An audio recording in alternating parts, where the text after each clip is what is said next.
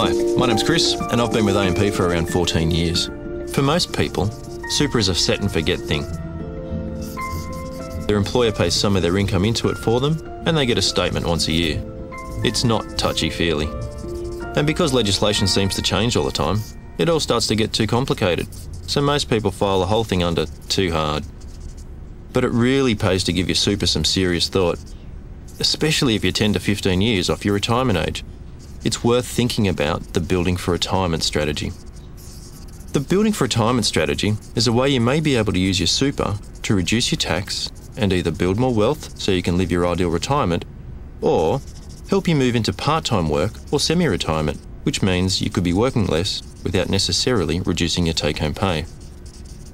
To use this strategy, you need to have reached your preservation age, which is the age you can start accessing your super. For those born before the 1st of July 1960, your preservation age is 55.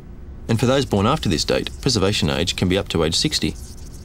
The Building for Retirement strategy lets you draw an income from your super whilst you're still working. Then, you can start salary sacrificing some of your pay back into your super. In effect, what you're doing is swapping the income you get from your employer with an income from your super. The benefit of this is that income you get from your super may be taxed at a lower rate. If you were simply receiving an income from a job or business, you'd be paying up to 46.5% tax. Whereas income you get from your super receives a 15% tax rebate if you're between the ages of 55 and 60. Then, once you're over age 60, it's completely tax-free, so it's really worth thinking about. Now, there are some limits on how much you can contribute to your super, and those limits may vary depending on how much money you have in your super and your age. Obviously, the more you salary sacrifice into super, or top it up with additional contributions, the more money you could have for your retirement. Now, this doesn't take into account your situation, so you'll need to consider your own circumstances before making any investment decisions.